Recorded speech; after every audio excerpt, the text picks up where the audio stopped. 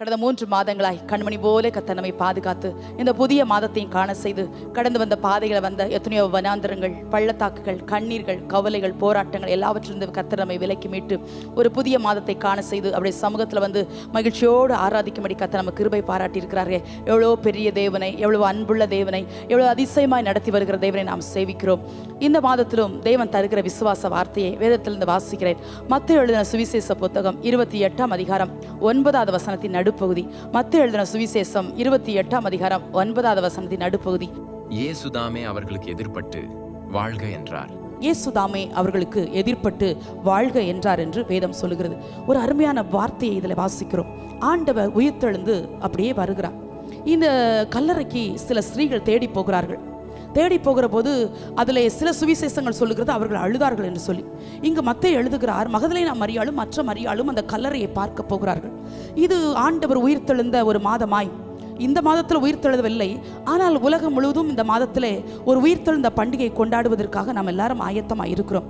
உண்மையாகவே கல்வாரி சிலுவையில் அடிக்கப்பட்ட இயேசு 3ஆம் நாளில் அவர் உயிரோடு எழுந்தார். அவர் சொன்ன முதல் வார்த்தை என்ன தெரியுமா? வாழ்க என்றாராம். எவ்வளவு ஒரு அருமையான வார்த்தை பாருங்க.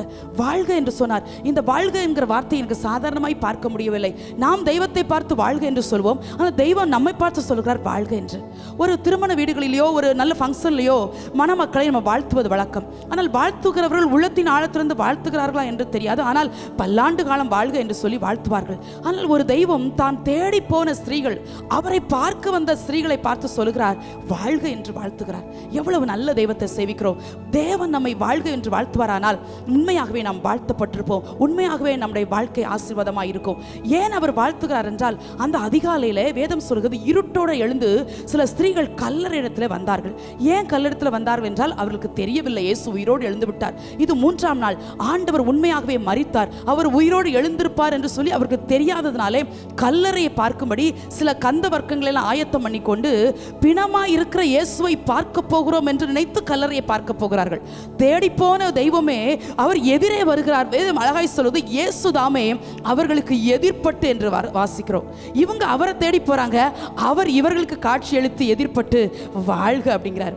இந்த காட்சியை கொஞ்சம் யோசித்து பாருங்க, எவ்வளவு அழகா இருந்திருக்கும். 3 நாளைக்கு முன்பு வஸ்திரம் இல்லாதவராய், கல்வாரி சிலுவையில் அடிக்கப்பட்டவராய், ரத்தத்தை எல்லாம் சிந்தினவராய் பார்த்த ஸ்திரீகள் இப்பொழுது மகிமையின் சாயல் அடைந்தவராய் உயிர்த்தெழுந்த தெய்வத்தை அழகாய் தரிசிக்கிறார்கள். வேதம் சொல்லுகிறது அவர் வாழ்க என்று சொன்னபோது அவர்கள் கிட்ட வந்து அவருடைய பாதங்களை பணிந்து கொண்டார்களாம். ஒரு ஆராதனை செய்கிறார்கள். உயிர்த்தெழுந்த இயேசு உள்ளத்தின் ஆழத்திலிருந்து வாழ்க என்று வாழ்த்தும் போது அவர்கள் தெய்வத்துக்கு ஒரு ஆராதனை செய்கிறார்கள். இயேசு தாமே அவர்களுக்கு எதிர்ப்பட்டு என்று வாசிக்கிறோம். அதிகாலையில் தேடி போன அந்த ஸ்திரீகளுக்கு இயேசு எதிர்ப்பட்டார். இந்த காலையில் தேவனை தேடி வந்திருக்கிற தேவனுடைய சபையே, அன்பான தேவ பிள்ளைகளே, உங்கள் வாழ்க்கையில இயேசு எதிர்ப்படுவார். நீங்கள் தேவனை தேடி வந்தபடினாலே உங்கள் பிரச்சனைகள் அவர் எதிர்ப்படுவார், உங்கள் கண்ணீர்கள் அவர் எதிர்ப்படுவார், உங்கள் காயங்கள் அவர் எதிர்ப்படுவார். ஐயோ, நம்ம சில நேரத்தில் நம்ம தேடி போகிற சில மனிதர்கள் நமக்கு எதிர்ப்படாதபடி அவருடைய முகங்களை மறைத்துக் கொள்ளலாம். நம்மால நன்மை பெற்றவர்களாக இருக்கலாம், நம்மால சில ஆசீர்வாதங்களை அனுபவித்தவர்களாக இருக்கலாம், ஆனால் அவர்களோ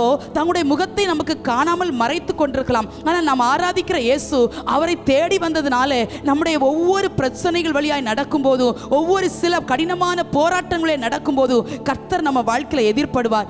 யார் எனக்கு எதிர்ப்படுவார், யார் எனக்கு இந்த காரியத்தில் உதவி செய்வார் என்று சொல்லி நீங்கள் அங்கலாய்த்து கொண்டிருக்கலாம். இந்த 4வது மாதத்தில் கர்த்தர் சொல்லுகிற வார்த்தை, நான் உனக்கு எதிர்ப்படுவது மாத்திரமல்ல, உன்னை வாழ வைப்பேன், உன்னை வாழ வைப்பேன். நம்முடைய வாழ்வு எங்கு தீர்மானிக்கப்பட்டது தெரியுமா? நம்முடைய வாழ்க்கை சிலுவையில் தீர்மானிக்கப்பட்டது. நம்முடைய வாழ்க்கை சிலுவையில் உறுதியாக்கப்பட்டது. நம்முடைய எதிர்காலம் சிலுவையில் எழுதப்பட்டது. எத்தனை பேர் அதை உணர்றீங்க? எத்தனை பேர் அதை விசுவாசிக்கிற?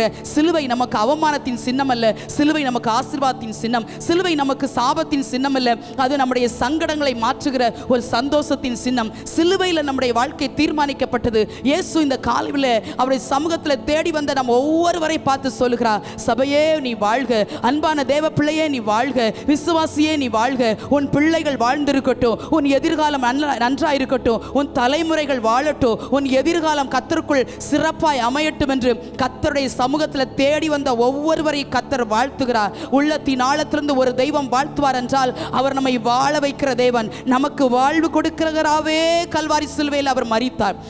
நம்மை வாழ வைப்பதற்காக அவர் மரித்தார். எவ்வளவு அன்புள்ள தெய்வத்தை சேவிக்கிறோம் தெரியுமா? அதனால தான் நம்ம அநேகருக்கு ஆண்டவரை பற்றி சொல்லுகிறோம். அருமையான கர்த்தருடைய பிள்ளைகளே, நம்மை வாழ வைக்கிற ஒரு அன்பு தெய்வத்தை நாம் ஆராதிக்கிறோம். 3 நாளைக்கு முன்பு அடிக்கப்பட்டார் என்று சொன்னேன். 3 நாளைக்கு முன்பு அடிக்கப்பட்ட இயேசு இப்பொழுது உயிர்த்தெழுந்தவராய் அவர்களுக்கு காட்சி அளிக்கும் போது வேதம் சொல்லுகிறது, அவர்கள் வாழ்க என்று இயேசு அந்த ஸ்திரீகளை வாழ்த்தினார் என்று. நான் சொன்னேன் ஏன் வாழ்த்தினார் என்று. காலையில அவர்கள் தேடி போனார்கள் தெய்வத்தை. சங்கீதம் 69:32 சொல்லுகிறது, கர்த்தரை தேடுகிறவருடைய இருதயம் வாழுமா. யார் வாழ்ந்திருப்பார் இந்த உலகத்துல? ஆண்டவரை தேடுகிறவர் வாழ்ந்திருப்பார்கள். அருமையான தேவனுடைய பிள்ளை, எவ்வளவோ பிரச்சனைகள் இருக்கலாம், எவ்வளவோ பாடுகள் இருக்கலாம், எவ்வளவோ போராட்டங்கள் நம்முடைய வாழ்க்கையில் இருக்கலாம். கர்த்தரை தேடுறீங்கல்ல, ஒவ்வொரு நாளும் உங்களுக்கு கொடுக்கப்பட்ட திராணிக்கு தக்கதா கர்த்தரை சமூகத்தில் காத்திருக்கிறீங்கல்ல, உங்களுடைய சக்திக்கு தகுந்தபடி கர்த்தரை தேடுறீங்கல்ல, உங்களால் இயன்ற மட்டும் கர்த்தருடைய சமூகத்தில் நிற்கிறீங்கள, நீங்கள் வாழ்ந்திருப்பீங்க. வேதம் அழகா சொல்லுது, கர்த்தரை தேடுகிறவர்களே உங்க இருதயம் வாழும். நீங்கள் வாழ்ந்து தான் இருப்பீங்க, நீங்கள் சுகித்து தான் இருப்பீங்க, நீங்கள் நல்லா தான் இருப்பீங்க. மற்றவங்க பார்த்து உங்களை கை நீட்டி இந்த குடும்பம் வாழ்ந்திருக்கிறது என்று சொல்லுகிற அளவுக்கு நீங்க வாழ்ந்திருப்பீங்க. ஏன் தெரியுமா? காலையில கர்த்தரை தேடி வந்திருக்கிறோம். அருமையான தேவனுடைய பிள்ளைகளே, கர்த்தரை தேடுகிறவருடைய இருதயம் வாழும் என்று சங்கீதக்காரன் சொல்லுகிறான். தேவனுடைய பிள்ளைகளே, இங்க கூட இந்த பிள்ளைங்க, இந்த ஸ்திரீகள் தான் தேவனுடைய பிள்ளைகளே, பெண்கள் தான். அந்த நாட்களில் பெண்களுக்கு சுதந்திரம் ஒன்று இருந்திருக்காது இந்த காலத்தை போல. இந்த சுதந்திரமற்ற காலத்துல காலையில தேடி போனாங்க. ஏன் தெரியுமா? அந்த அன்பு, அந்த பெண்களுடைய இருதயத்துல ஊற்றப்பட்ட அப்பாவுடைய அன்பு அவங்கள வீட்டுல சும்மா இருக்க விடல. அந்த அதிகாலையில் நம்ம பார்த்துட்டு வருவோமா, இயேசுவை பார்த்துட்டு வருவோமா, அடிக்கப்பட்டாரே, நம்முடைய கண்கள் கொன்பாய் நொறுக்கப்பட்டிருந்தாரே, நமக்காக ஜீவனை தந்தாரே, எல்லாம் முடிந்தது என்று சொல்லி அவங்க பார்த்துட்டு இருக்கும் போதே ஜீவன் போகுது. அதனால அவங்களால வீட்டில் இருக்க முடியல. அந்த அன்பு அவங்களை நெருக்கி ஏவனால காலையில போய் கல்லறையை பார்க்க போறாங்க. கத்தரை பார்க்க போல தேவனுடைய பிள்ளைகள். அவங்களுக்கு தெரியல, பாவம் பெதையான பெண்களா இருந்ததுனால கத்தரை பார்க்க போல கல்லறையை பார்க்க போறாங்க. கல்லறையை பார்க்க வந்தவங்களுக்கு கத்தரே தரிசனமாகிறா. யாரை பார்க்க வந்திருக்கிறீங்க இந்த காலையில? கத்தரை பார்க்க வந்திருக்கிறீங்கல்ல. நம்ம கல்லறையை பார்க்க வரல. இயேசு மரித்து இன்னும் கல்லறையில் இல்லை. அவருடைய கல்லறை திறக்கப்பட்ட கல்லறை, உலகத்திலே திறக்கப்பட்ட ஒரே கல்லறை நம்முடைய ஆண்டவராகிய இயேசு கிறிஸ்துவின் கல்லறை. அவர் மரித்தார். அநேக ஜனங்கள் நினைக்கிறார்கள் அவர் சிலுவையில் மரித்து உயிர்த்தெழவில்லை, அது பொய் என்று, அது கட்டுக்கதை என்று சில புறஜாதிகள் சொல்லிக் கொண்டிருக்கிறார். இல்லை இல்லை, அவர் மரித்தார், 3ஆம் நாளில் உயிரோடு எழுந்தார். அவர் இன்றைக்கும் ஜீவிக்கிறார். ஒரு நாள் ராஜாதி ராஜாவாய் வரப்போகிறார். கரங்களை தட்டி அந்த உயிர்த்தெழுந்த நல்ல தேவனை, அவருடைய நல்ல நாமத்தை மகிமைப்படுத்தலாம். அந்த உயிர்த்தெழுந்த தேவன் நம்மை வாழ வைக்கிறார். அதான் வேதம் சொல்லுகிறது, கர்த்தரை தேடுகிறவளே உங்கள் இருதயம் வாழும். கர்த்தரை தேடக்கூடிய நாட்களில் இன்னொரு இடத்துல வாசிக்கிற 4ஆம் புஸ்தகம் நினைக்கிறேன், கர்த்தரை நித்தமும் தேடுங்கள் என்று எழுதப்பட்டிருக்கும். தேவனை தேடக்கூடிய சமயத்தில் தேடிடணும். ஒரு காலம் நம்ம பலவீனமாக இருக்கலாம், ஒரு காலத்தில் தேவனை தேட முடியாத சில சூழ்நிலைகள் வந்துடலாம். தேடக்கூடிய சந்தர்ப்பத்தில் தேவன் கிருபையாய் தருகிற நாட்களில் கர்த்தரை தேடினோம். கர்த்தரை மட்டும் தேடிட்டீங்களா, நீங்கள் வாழ்ந்து தான் தேவனுடைய இருப்பீங்க, நீங்கள் நல்லா தான் இருப்பீங்க. உங்கள் வாழ்க்கையை, உங்கள் ஆசீர்வாதத்தை, உங்கள் எதிர்காலத்தை மனுஷனோ சூழ்நிலைகளோ முடக்கி போடவே முடியாது. வேதம் அழகாக சொல்லுது, கர்த்தரை தேடுறீங்களா, உங்கள் இருதயம் வாழ்ந்து கொண்டே இருக்கும், வாழ்ந்து கொண்டே இருக்கும், வாழ்ந்து கொண்டே இருக்கும். தேவன் இந்த காலையில் அதான் சொல்கிறார், வாழ்க என்று வாழ்த்துகிற தேவன் நம்ம வாழ வைக்காம இருப்பாரோ? அந்த ஸ்திரீகளுக்கு மாத்திரம் இந்த வார்த்தையோ? இல்லை இல்லை, வாழ்க என்று சொல்கிற அந்த வார்த்தைக்குள்ள ஆசீர்வாதம், சுகம், மேன்மை, செழிப்பு, எதிர்காலம், நன்மை, ஆரோக்கியம் எல்லாமே அடங்கி இருக்கிறதா நான் உணர்றேன். ஒரு தெய்வம் பார்த்து வாழ்கன்னு வாழ்த்துறாரே, வாழ்கன்னு வாழ்த்துறாரே. நான் இதை வாசிக்கும் போதெல்லாம் என் இருதயம் மகிழும். ஏன் தெரியுமா? உயிரோடு எழுந்து அப்பதான் அவர் என்ட்ரு ஆகிறார் இந்த உலகத்துக்கு. மகிமையின் சரீரமுடைய தேவன், அது எப்படி இருக்கும் அதை நான் யோசித்து பார்ப்பேன். ஆண்டவராக இயேசு ஒரு உயிர், ஏற்கனவே அழகுள்ளவர், கொள்ளை அழகுள்ளவர். சிலுவையில் மாத்திரம் அவருடைய அழகு இல்லை என்று வேதம் சொல்லுகிறது. அவர் அந்த கேடு அடைந்ததாய் சொல்லுகிறது. ஆனால் இப்பொழுது அந்த உயிர்த்தெழுந்த சரீரம் உடையவராய் இயேசு எதிர்பட்டு எவ்வளவு கரம் உயர்த்தி சொல்லியிருப்பார், வாழ்க என்று வாழ்த்தியிருப்பார். அருமையான தேவனுடைய பிள்ளைகளே, இந்த காலை வேளையிலும் நம்மை வாழ்த்துகிற ஒரு அன்பு தெய்வன் நம்ம மத்தியில் உலாவிக் கொண்டிருக்கிறார். இன்னொரு இடத்துல வாசிக்கிறோம், லூக்கா 1ஆம் அதிகாரம் 28வது வசனத்துல, மரியாள் இருந்த வீட்டில் தேவதூதன் தோன்றி மரியாளத்துல சொன்ன ஒரு வார்த்தை உண்டு, கிருபை பெற்றவளே நீ வாழ்க என்று. ஓ, என்ன சந்தோஷமான ஒரு வார்த்தை பாருங்க. மரியாள் திருமணத்திற்காக காத்திருக்கிறார்கள். அவர்கள் ஜெபித்து கொண்டிருந்தார்களா அது நமக்கு தெரியவில்லை. வேதம் தெளிவாய் சொல்கிறது, மரியாள் இருந்த வீட்டில் தேவதூதன் தோன்றி என்று. வேதத்திலே ஒரு பெண்ணை வாழ்க என்று வாழ்த்துவதை இந்த இடத்துல தான் வாசிக்க முடிகிறது. அது தூதன் வந்து வாழ்த்துவதை இந்த இடத்துல வாசிக்க முடிகிறது. ஒரு வார்த்தை சொல்லப்படுது, கிருபை பெற்றவளே நீ வாழ்கிறோ. மரியாளை வாழ்க என்று வாழ்த்தாமல் கிருபை பெற்றவளே நீ வாழ்க என்று வாழ்த்துகிறது. எவ்வளவு இந்த மரியாள் கிருபையை பெற்றிருந்திருக்கிறாங்க பாருங்க. அந்த நாட்களிலே கன்னி பெண்கள் எல்லாம் ஏங்குவார்களாம். ஓ, மேசியா என் வயிற்றில் வந்து பிறக்க மாட்டாரா? ஒரு மேசியா என் கர்ப்பத்தில் வந்து உதிக்க மாட்டாரா? ஏனென்றால் கண்ணியின் வயிற்றில் தான் அவர் உற்பத்தி ஆவார் என்று தீர்க்கதரிசிகளால் உரைக்கப்பட்ட வார்த்தை அவளுக்கு தெரியும். ஆகவே எல்லாரும் காத்திருப்பார்களாம். ஆனால் தேவனோ மரியாளுடைய கர்ப்பத்தை தெரிந்தெடுத்தார். வேதம் சொல்கிறது, கிருபை பெற்ற மரியாளை பார்த்து நீ வாழ்க என்று. தேவனுடைய பிள்ளைகளே, உலகத்தில் பல பாடுகள் பிரச்சனை வழியாய் கடந்து சொல்கிறோம். எத்தனை பேர் அந்த கிருபைக்காக ஏங்குகிறோம்? எத்தனை பேர் அந்த கிருபையை தக்க வைக்கிறோம்? எத்தனை பேர் அந்த கிருபைக்குள்ள அடங்கி இருக்கிறோம்? கிருபை வேண்டும் என்று கேட்கிறோம். கிருபையின் தேவனை சார்ந்து கொள்கிறோம். கிருபை சாதாரணமானது அல்ல தேவனுடைய பிள்ளைகளே. குழியில் இருக்கிற மனுஷனையும் சிங்காசனத்திலிருந்து உட்கார வைக்கிறது எது தெரியுமா? கிருபை. சுகவீனமான மனுஷனையும் சுகப்படுத்துவது தெரியுமா? கிருபை. கிருபையை ஒவ்வொரு நாளும் சார்ந்து கொள்ளும். நம்ம சிலரை சொல்லுவோம், எப்படி இருக்கிறீங்க? யாராவது கேட்டா சொல்லுவோம், கிருபைனால இருக்கிறேன், சும்மா சொல்லுவோம் சில நேரத்தில். ஆனால் உள்ளத்தின் ஆழத்திலிருந்து சொல்றோமா? நம்ம அனுபவிக்கிற எல்லா மேன்மைகளும் கிருபைனால் வந்தது தெரியுமா? பிள்ளைகள் கிருபைனால கொடுக்கப்பட்டவர்கள், குடும்பம் கிருபைனால கொடுக்கப்பட்டது, இந்த சுகவாழ்வு கிருபைனால கொடுக்கப்பட்டது. எத்தனையோ பேர் நல்ல ஆடை இல்லாமல், ஆகாரம் இல்லாமல் இந்த உலகத்தில் நிற்கதியாய் அலைந்து கொண்டிருக்கும் போது கர்த்தர் அன்றன்றைக்கு தேவையான ஆகாரங்களை தந்து, அன்றன்றைக்கு தேவையான எல்லா காரியங்களையும் தந்து சம்பூர்ணமாய் நடத்தி கொண்டு வருகிறார். சிலரை உட்கார்ந்து தேவன் நம்மை நடத்தி கொண்டு வந்த விதத்தை யோசித்து பாருங்க. நம்மளால அழாம இருக்கவே முடியாது. அதான் சங்கீதத்தில் 139 என்று நினைக்கிறேன், தாவீது ஒரு வார்த்தை சொல்வார், இந்த அறிவு எனக்கு மிகுந்த ஆச்சரியமோ, எனக்கு எட்டாத உயரமா இருக்குது. எந்த அறிவு? என்னை நடத்துகிறார் என்ற அறிவு, என்னை சுகமாக்கினார் என்ற அறிவு, எனக்கு நன்மை செய்தார் என்ற அறிவு. இந்த அறிவு எத்தனை பேருக்கு இருக்குது? ஏன் அந்த கிருபை இன்னும் நம்ம உள்ளத்துல இருந்து ஊற்றா பொங்கி வர தெரியுமா? அவர் நம்மை வாழ வைத்துக் கொண்டிருக்கிறார். நம்மை வாழக்கூடாது என்று எத்தனையோ பேர் நினைத்தார்கள் அல்லவோ? நம்முடைய சுக வாழ்வை விரும்பாத ஜனங்கள் மத்தியில் கர்த்தர் நம்மை சுகமாய் வாழ வைத்தார் அல்லவோ? நம்முடைய பிள்ளைகள் வாழக்கூடாது என்று நினைத்த இடத்துல நம்முடைய பிள்ளைகளை வாழ வைத்தார் அல்லவோ? நம்முடைய ஆண்டவருக்கு ஒரு பெரிய ஹைலைட் என்ன தெரியுமா? வாழக்கூடாது என்று நினைத்தவர் மத்தியில் நம்மை வாழ வைப்பார். இந்த குடும்பம் தலை குனிய வேண்டும் நினைத்த இடத்துல கர்த்தர் நம்மை தலை நிமிர வைப்பார். ரீகாமா சாந்துனா, இந்த வார்த்தையை தீர்க்க தரிசனமாய் உங்களோடு சொல்லுகிறேன். வாழவே முடியல, என் வாழ்க்கை கண்ணீரா இருக்கிறது, என் வாழ்க்கை கவலையா இருக்கிறது, என் போராட்டமாகவே என் வாழ்க்கை முடிந்து விடுமோ நினைக்கிறீர்களோ? அருமையான தேவ பிள்ளைகளே, வாழ்வளிக்கிற தேவன் உயிர் தெழுந்தவுடனே சொன்ன முதல் வார்த்தை வாழ்க என்று சொல்லியிருப்பாரானால், இந்த வார்த்தையினுக்கு நமக்கும் சொந்தமானது. கர்த்தர் உங்கள் குடும்பத்தை வாழ வைப்பார். இந்த வார்த்தை தீர்க்க தரிசன வார்த்தையாய் ஒரு விசுவாச வார்த்தையாய் சுமந்து கொண்டு வீட்டுக்கு போங்க.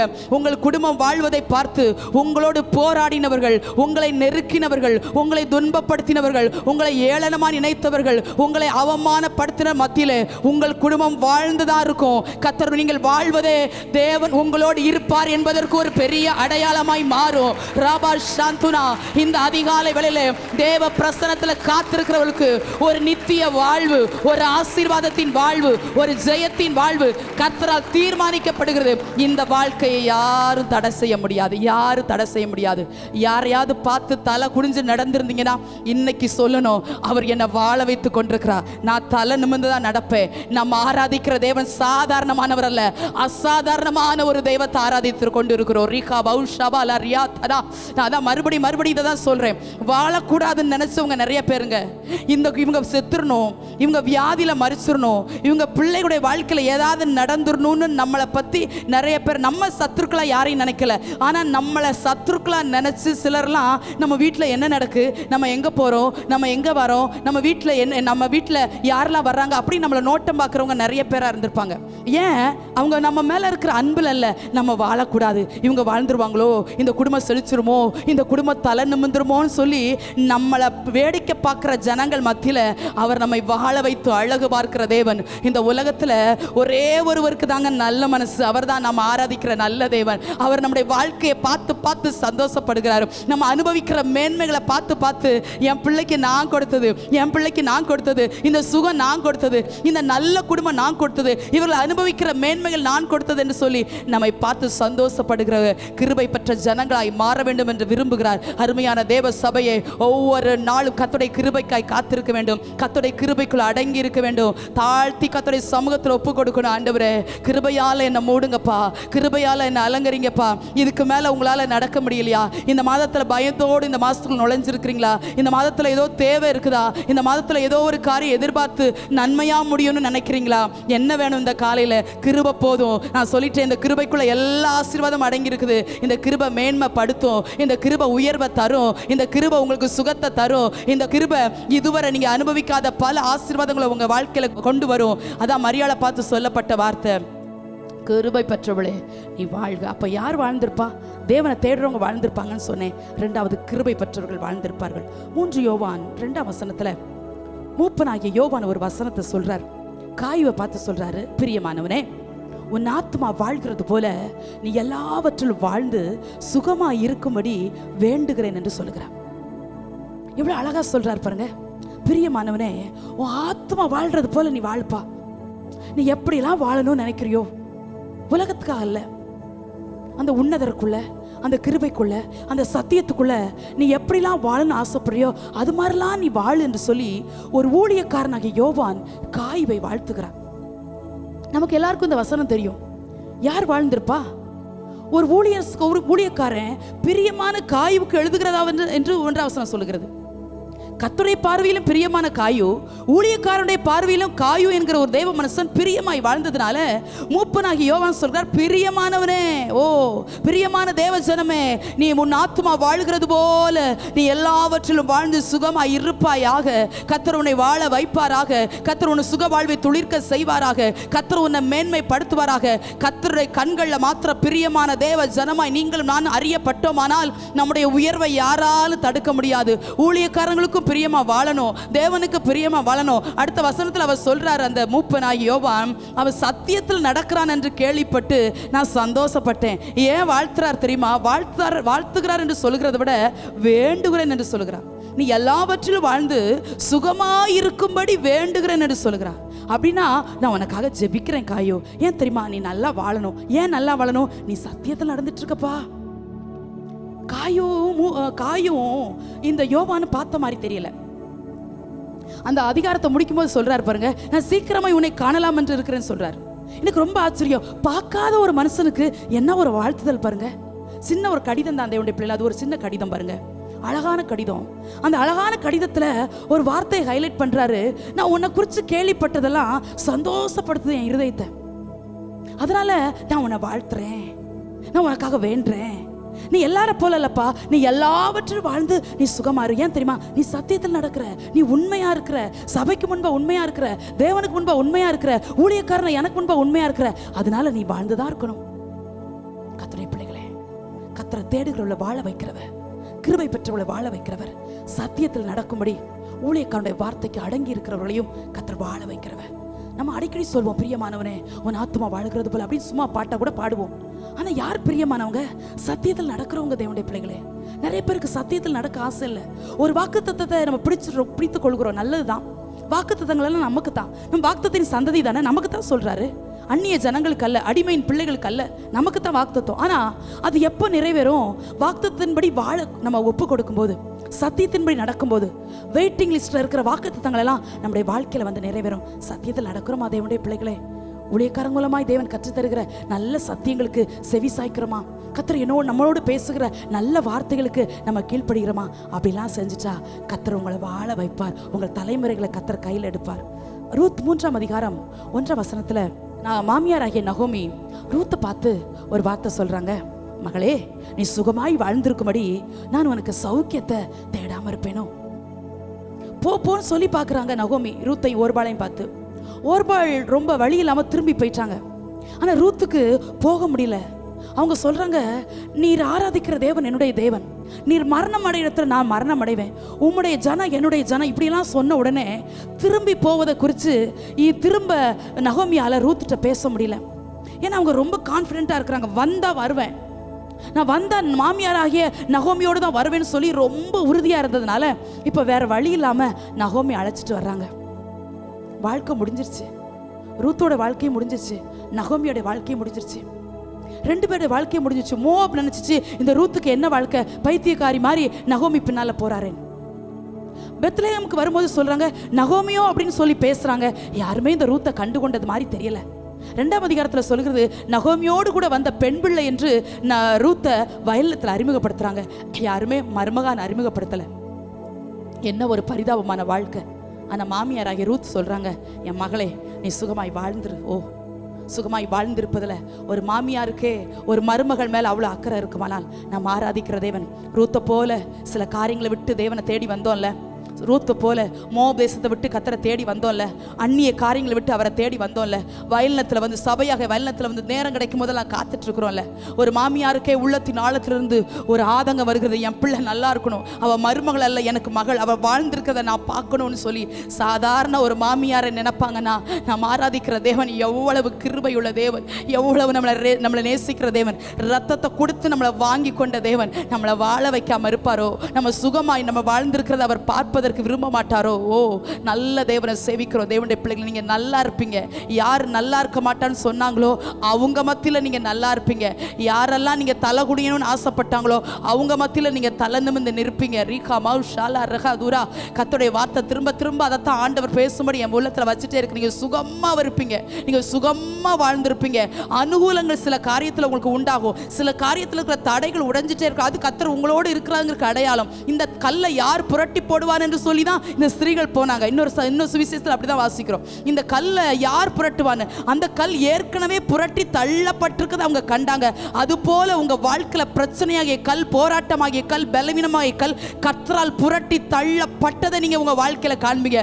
அதுவே உங்களுக்கு அடையாளமா இருக்கும். வாழ்க என்று வாழ்த்துகிற ஒரு நல்ல தேவன் நம்மை வாழ வைக்கிறவராய் வெளிப்படுகிறார். ஒரு அருமையான தாயார் உண்டு, அவர்களுக்கு ஒரே ஒரு மகன். ஒரு நாள் பைபாஸ் ரோட்டை கிராஸ் பண்ணும்போது ஒரு பெரிய விபத்தில் சிக்கி அவன் பிரெயின் டெட் ஆயிடுச்சு, மூளை சாவு அடைந்து ஹாஸ்பிட்டலில் அட்மிட் பண்ணப்பட்டிருந்தான். பல நாட்கள் அவனுக்கு உயிர் திரும்ப வராது. டாக்டர்கள் சொன்னாங்க, அம்மா ஐசியூவில் வச்சு வேஸ்ட்டு, ஏன் இவ்வளவு பணத்தை வீணாய் செலவழிக்கிறீர்கள், இவன் மரித்து தான் விட்டான், இனிமேல் இவனுடைய உயிர் திரும்ப வராது, ஆகவே இவனுடைய சரீரத்தை வேணால் நீங்கள் தானம் பண்ணி விடுங்கள் என்று சொன்னார்கள். அவர்கள் ஒவ்வொரு நாளும் அதிகாலை 2 மணிக்கு ஆலயத்தில் வந்து தேவ சமூகத்தில் காத்திருப்பாங்களாம். அதிகாலை 2 மணிக்கு ஹாஸ்பிட்டல் ஐசியூ வார்டில் அந்த பையன் இருக்கிறான். அவங்க அதிகாலையில் வந்து ஆலயத்தில் வந்து அழுதுட்டு போவாங்களாம். அவங்க வெளியே போகும்போது இந்த பாஸ்டர் ஓடி போய் கேட்பாராம், அம்மா மகன் எப்படி இருக்கிறான்? நல்லா இருக்கிறான் பாஸ்டர் அப்படின்னு ஒரு வார்த்தை தான் சொல்லுவாங்களாம். ஒரு வார்த்தை சொல்லிட்டு வேகமாக போயிடுவாங்களாம். மறுநாள் அதிகாலை வர 3 மாதங்கள் அதிகாலையில் வந்து வந்து வந்து என் மகன் பிழைப்பான், என் மகன் உயிரோடு வருவான், என் மகன் திரும்ப வாழுவான், திரும்ப வேலை செய்வான், அவனுக்கு ஒரு நல்ல எதிர்காலம் உண்டாகும்னு சொல்லி நம்பிக்கையோடு 3 மாதங்கள் காத்திருந்தார்கள். 3வது மாதம் முடிவில் டாக்டர் மிகவும் கோபப்பட்டாராம். அம்மா, நாங்கள் எவ்வளவு நாள் தான் இப்படி வைத்துக்கொண்டே இருக்க முடியும்? 3 மாதம் அவங்க மகனுடைய சரீரத்தில் எந்த முன்னேற்றமும் இல்லை, ஆகவே தயவு செய்து நீங்கள் கையெழுத்து போட்டு விடுங்க, உங்களுடைய மகனுடைய உறுப்புகளை தானம் பண்ணி விடுங்கள் என்று சொல்லி அந்த தாய் கண்ணீரோடு தேவ சமூகத்தில் அழுதுட்டு அவங்க ஹாஸ்பிட்டலில் போய் ஒரு நாள் மகனை பார்க்குறாங்க. அந்த விரல் மாத்திரம் அசைகிறத பார்த்தாங்களா. டாக்டர்கிட்ட ஓடி போய் சொன்னாங்களா, டாக்டர் விரல் அசைகிறதுன்னு. முதல்ல விரல் அசைய ஆரம்பித்தது, அப்புறம் கைகள் அசைய ஆரம்பித்தது, அப்புறம் கால்கள் அசைய ஆரம்பித்தது, கண்களை திறந்து பார்க்க ஆரம்பித்தான், சரீரத்தில் அசைவு உண்டானது, பேச்சு வர ஆரம்பித்தது, நினைவு திரும்ப ஆரம்பித்தது. ஓ, கர்த்தர் இன்றைக்கு வாழ வைத்த அந்த மகனை கர்த்தர் அவளுக்கு 2 பிள்ளைகளை கொடுத்து ஜெயமாய் உலகத்தில் வாழ வைத்துக் கொண்டிருக்கிறார். மரித்து விட்டது என்று சொன்ன நினைத்துல ஆண்டவர் வாழ வைக்கிற ஒரு அன்பு தெய்வம் உண்டு.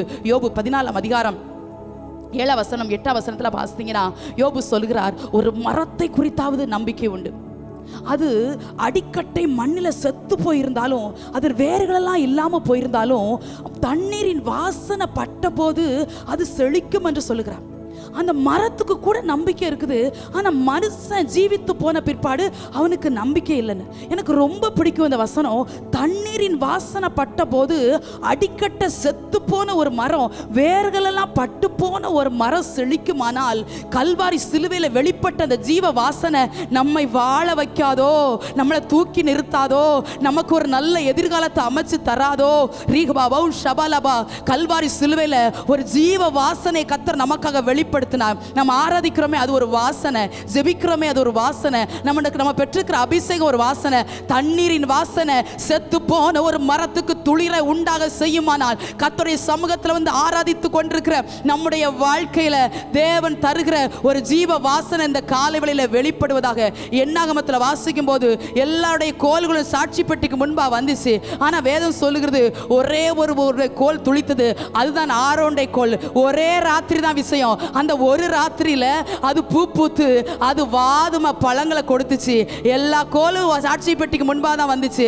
வேதம் சொல்லுது, நான் தெரிந்து கொள்ளப்பட்டவனுடைய கோல் துளிர்க்கும். தெரிந்து கொண்டாருல, உலையான சேற்றிலிருந்து நம்ம தூக்கி எடுத்து தெரிந்து கொண்டாருல, ஆண்டவர் அறியாத சூழ்நிலை நம்மளை வேறு பிரித்து தெரிந்து கொண்டாருல, நம்முடைய கோல் நிச்சயமாய் துளிர்க்கும். தேவனுடைய பிள்ளைகளை, எதெல்லாம் வாழ்க்கையில செத்து போச்சு, எதெல்லாம் வாழ்க்கையில நம்பிக்கையில நினைக்கிறீங்க, எங்கு வாழ்க்கை முடிஞ்சிச்சு நினைக்கிற, நம்முடைய வாழ்க்கையிலிருந்து நெகட்டிவான வார்த்தைகள் வரவே கூடாது. இன்னைக்கு பாடணும், கர்த்தரின் கரம் என்னை காத்துடுமே, என்றென்று வாழ்ந்திடுவேன். சொல்லுங்க, நான் என்னன்னைக்கு வாழ்ந்திருப்பேன், என் பிள்ளைகள் வாழ்றத பார்ப்பேன், நல்ல வருமானங்களை கர்த்தர் எனக்கு தருவார், நல்ல வீடுகளை தருவார், நல்ல எதிர்காலத்தை தருவார். சொல்லிக்கிட்டே இருங்க. நீங்க வாயிலிருந்து விசுவாச வார்த்தைகளை கன்ஃபஸ் பண்ண பண்ண மரணமும் ஜீவனும் நாவின் அதிகாரத்தில் இருக்கிறது போல ஆண்டவர் நம்மை வாழ வைப்பார். நான் முதல்ல சொன்னேன், நம்முடைய வாழ்வு எங்கு எழுதப்பட்டது. நிறைய பேருடைய வாழ்வு ஜாதகத்தை திருப்பி பார்த்து வாழ்க்கையை பார்த்துட்டு இருப்பாங்க, ஜோசியக்காரன் கை நீட்டி வாழ்க்கையை பார்த்துட்டு இருப்பாங்க. நம்முடைய வாழ்க்கை அப்படியே உள்ளங்கையில் எழுதப்பட்டது மாத்திரமல்ல, சிலுவையில் தீர்மானிக்கப்பட்டது. அந்த வாழ்க்கை, அந்த ஜெய வாழ்க்கை சிலுவையில் தீர்மானிக்கப்பட்டது, அந்த சுக வாழ்க்கை சிலுவையில் தீர்மானிக்கப்பட்டது. பவுல் ஒவ்வொரு நிருபத்தை முடிக்கும் போது பாருங்கள், வாழ்த்துங்கள் வாழ்த்துங்கள் என்று வாழ்த்தி முடிப்பார். எனக்கு அது ரொம்ப பிடிக்கும். ஏன் வாழ்த்துறார் தெரியுமா? சிலருடைய பெயரை சொன்னாலும் கர்த்தருக்காக பிரயாசப்பட்ட வாழ்த்துங்கள், கர்த்தருக்குள் தெரிந்து கொள்ளப்பட்டவர்களை வாழ்த்துங்கள் என்று சொல்லி சொல்லி முடிக்கிறார். அருமையான தேவனுடைய பிள்ளைகளை, வாழ்கவென்று வாழ்த்துகிற தேவன் நம்மிடத்தில் எதை எதிர்பார்க்கிறார் தெரியுமா? அவரை தேட வேண்டும், கிருபையை சார்ந்தவளாக இருக்க வேண்டும் என்று எதிர்பார்க்கிறார். கர்த்தருக்காக இன்னும் அதிகமாய் பிரயாசப்பட வேண்டும். அப்படியெல்லாம் நாம் செய்யும் போது கர்த்தர் நம்மை வாழ வைக்கிற தேவனாக இருக்கிறார். அதனால தான் ஒரு பாட்டு கூட உண்டு, ஒரு கல்யாண பாடல், அதில் ஒரு வார்த்தை வரும், அது ரொம்ப பிடிக்கும். வாழ்க வாழ்க நீடூழி வாழ்க, வாழ்க வாழ்க வளமாக வாழ்க, வாழ்க வாழ்க நீடூழி வாழ்க, வாழ்க வாழ்க வளமாக வாழ்க. உம்மை வாழ வைக்கிற அன்பு தேவன் இயேசுதாமே அவர்களுக்கு எதிர்ப்பட்டு வாழ்க என்றார், வாழ்க என்றார். ஒரு மாதமாய் இந்த வார்த்தை என்னை அதிகமாய் தைரியப்படுத்தி கொண்டே இருந்தது. வாழ்கன்னு வாழ்த்துறீங்களப்பா, நாங்கள் வாழ்ந்திருப்போம், நாங்கள் வாழ்ந்திருப்போம். அருமையான கர்த்தருடைய பிள்ளைகளே, பலவீனம் வந்தபோது நம்மளே நினைச்சோம் வாழ்க்கை முடிஞ்சிட்டு. சில பிரச்சனை வழியாக போகும்போது அவ்வளோதான் நினச்சோம்ல, அப்பப்போ வந்து வந்து நம்ம வாழ்க்கையில் எதிர்பட்டு தூக்கி தூக்கி தூக்கி விட்டுட்டு இன்ன வரைக்கும் தூக்கி விட்டது காணாதுன்னு இந்த காலையில் நம்மை தூக்கி விடும்படி, நம்மை வாழ வைக்கும்படி நம்முடைய மத்தியில் அசைவாடி கொண்டிருக்கிறாரே. இயேசுதாமே எதிர்பட்டு வாழ்க என்றார். நீங்கள் வாழ்ந்திருப்பீர்கள், உங்கள் தலைமுறையும் உங்கள் குடும்பமும் என்றென்றைக்கு வாழ்ந்திருக்கும். மறுபடியும் சொல்கிறேன், வாழக்கூடாது என்று நினைக்கிற ஜனங்கள் மத்தியிலே உங்களை வாழ வைத்து அழகு பார்க்கிற ஒரு நல்ல தேவன். விசுவாசத்தோடு அப்படி எழுமி நிற்கலாம். ரீபா பாபோ சாந்துனா ரேகா பௌஷால ரகதுரியாந்தனா ரிகபோ ரேகா பாபா. சாதாரணமான வார்த்தை அல்ல தேவனுடைய பிள்ளைகளை, இது சாதாரணமானதல்ல. ஒரு மனுஷன் சொன்னா இது சாதாரணமானது நான் சொல்லுவேன், சொன்னது தெய்வம் சொல்றார், வாழ்கன்னு சொல்றார். சொல்லுங்க, என்னை பார்த்து தானப்பா சொன்னீங்க வாழ்கன்னு? நான் சொன்னேன்னா ரெஜினாவே நீ வாழ்கன்னு சொன்னது மாதிரி நான் எடுத்துக்கிறேன். நீங்க சொல்லுங்க, உங்க பேரை சொல்லி என்னை பார்த்து வாழ்கன்னு வாழ்த்திருங்க. மனுஷனுடைய வாழ்த்துதலுக்காக எத்தனை பேர் காத்திருக்கிறாங்க? மனுஷனுடைய வாழ்த்துதலுக்காக காலில் போய் விழுறவங்க எத்தனை பேர்? இந்த கால வேலையில் ரிகா பௌஷால ரதா நாமா நாமா ஏசுதாமே அவருக்கு எதிர்பட்டு வாழ்க என்றாராம், வாழ்க என்றாராம். தேடி வந்தாங்கல்ல அதிகாலையில், அவங்கள வாழ்த்தாம அவரால் இருக்க முடியல. எல்லாரும் சீசர்கள் கூட என்னை மறந்த போது இந்த சில ஸ்திரீகள் அன்பா என்னை தேடி வந்தாங்களே, அவங்க வாழ்ந்திருக்கட்டும்னு ஒரு தெய்வம் இருதயத்தை ஆழத்தந்து சொல்றாரு வாழ்கன்னு. அப்போ நம்மளை வாழ வைக்காமல் இருப்பாரோ? நம்முடைய தேவைகளை சந்திக்காமல் இருப்பாரோ? நம்முடைய கண்ணீரை காணாதவர் போல இருப்பாரோ? ஓ ராபா பாஷாலா ரகா தாரா பா ராபா. வாழ்வே இல்லை சொல்லாதீங்க, வாழ்க்கையை முடிச்சுக்கிடுவேன் சொல்லாதீங்க, வாழ இஷ்டம் இல்லை சொல்லக்கூடாது. சின்ன பிள்ளை கூட சொல்லியிருந்தீங்களா, எங்கேயாவது போயிடுவேன், செத்துருவேன், ரோகா பௌஷ. இல்லை இல்லை இல்லை, வாழ வைக்கும்படி சிலுவையில் மரித்தார். வாழணும் வாழணும், அதை தலைமுறைகள் பார்க்கணும், சத்துருக்கள் பார்க்கணும், நம்ம நிந்திச்சவங்கெல்லாம் பார்க்கணும். நம்ம வாழ்றது தானே ஒரு அடையாளம், மறிக்கிறது அடையாளம் இல்லை. தேவனுடைய பிள்ளைகளே, கர்த்தர் நம்மை வாழ வைக்கிறவர். ஓ எல்லாரும் சொல்லி ஜெபிங்க, ஆண்டவரே என்னை வாழ வைப்பீங்க.